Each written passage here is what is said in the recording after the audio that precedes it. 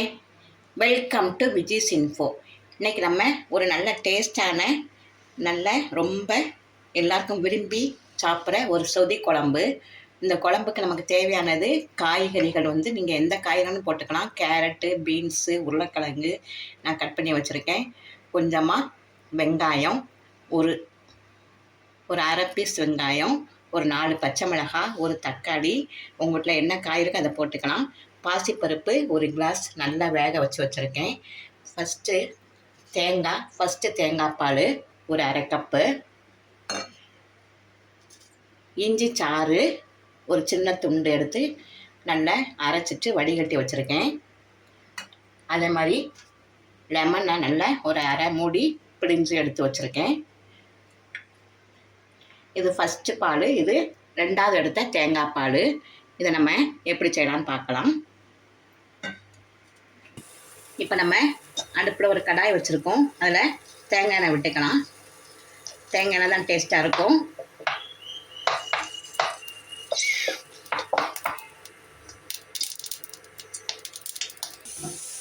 எண்ணெய் இப்போ நல்லா காஞ்சிருச்சு. கொஞ்சமாக கடுகு போட்டுக்கலாம்.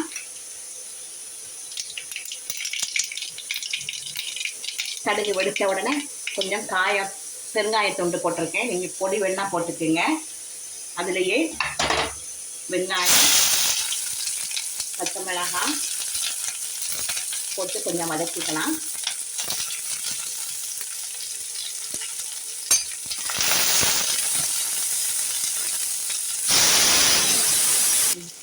இப்போ தக்காளி போட்டுக்கலாம். ஒரு அரை தக்காளி போதும், ரொம்ப போட வேண்டாம்.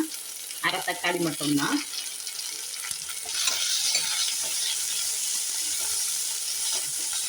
நல்லா தேங்காயில் வறுக்கிறப்ப நல்ல மனம், செம்மையான மனமாக இருக்கும் பாருங்க. இப்போ நம்ம எடுத்து வச்சுருக்கிற காய்கறியெல்லாம் போட்டுடலாம்.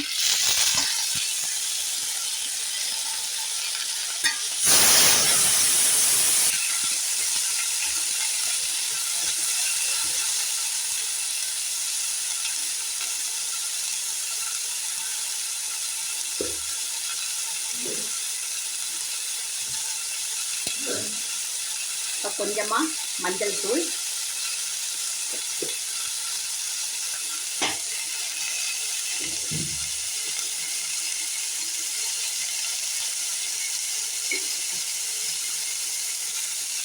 காய் வேகிறதுக்கு மட்டும் கொஞ்சமாக உப்பு போட்டுருவோம்.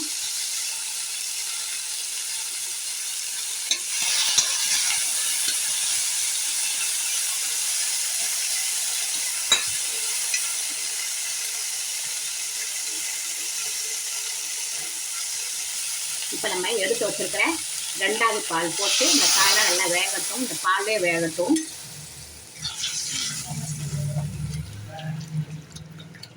ஒரு 10 நிமிஷம் நல்லா வெந்த பிறகு நம்ம பார்க்கலாம். இப்போ நம்ம ரெண்டாவது தேங்காய் பாலில் காய் நல்லா வேக வச்சாச்சு, நல்லா வெந்துருச்சு.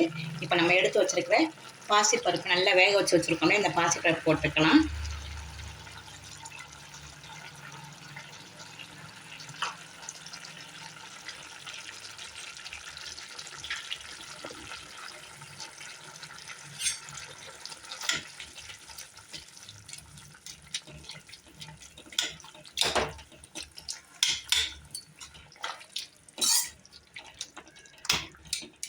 இதெல்லாம் கலந்து நல்லா வரட்டும்.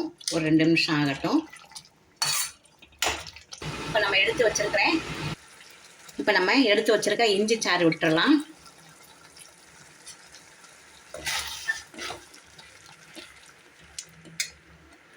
நம்ம அப்போதான் கொஞ்சமாக தான் காய்க்கு போட்டிருந்தோம் உப்பு. இப்போ நம்ம மொத்தத்துக்கும் சேர்த்து எவ்வளோ தேவையோ அதை போட்டுக்கலாம்.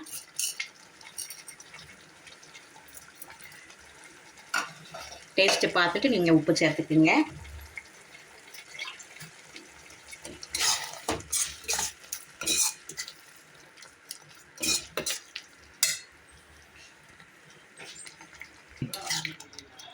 நல்லா கொதிச்சிருச்சு. இப்போ நம்ம பால் எடுத்துருக்கோம்ல தேங்காய் பால், அதை விட்டுறலாம். நல்லா கெட்டியான பால்.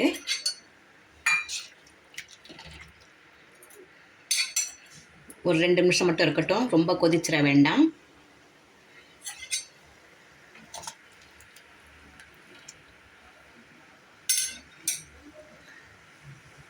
நல்ல டேஸ்டான சௌதி குழம்பு செம்ம டேஸ்ட்டாக ரெடி ஆயிடுச்சு.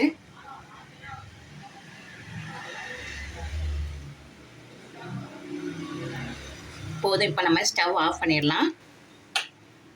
ஸ்டவ் ஆஃப் பண்ணிவிட்டு நம்ம லெமன் எடுத்துருக்கோம் இல்லையா, லெமன் ஜூஸு அதை கொஞ்சம் விட்டுறலாம். ஸ்டவ் ஆஃப் பண்ணிவிட்டு விடுங்க. அவ்வளோதான், சௌதி குழம்பு ரெடி ஆயிடுச்சு. மல்லி இலை இருந்தால் இதெல்லாம் தூவிக்கலாம். அவ்வளோதான். இப்போ நம்ம ஸ்டவ்வில் இருந்து ஆஃப் பண்ணிவிட்டு எடுத்துருவோம்.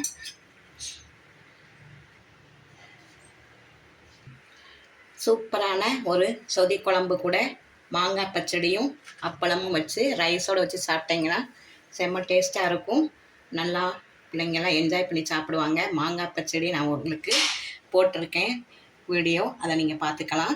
இப்போ நம்ம இந்த சௌதி குழம்பு கூட இந்த மாங்காய் பச்சடி வச்சு சாப்பிட்றப்ப அவ்வளோ டேஸ்ட்டாக இருக்கும். உங்கள் வீட்டில் செஞ்சு அசத்துங்க. இந்த ரெசிபி உங்களுக்கு கட்டாயமாக பிடிச்சிருக்கும். பிடிச்சிருந்தால் லைக் பண்ணுங்கள், ஷேர் பண்ணுங்கள், சப்ஸ்கிரைப் பண்ணுங்கள், பெல் ஐக்கானை தட்டி விடுங்க. மற்றும் ஒரு நல்ல ரெசிபியோடு உங்களை சந்திக்கிறேன். பாய்.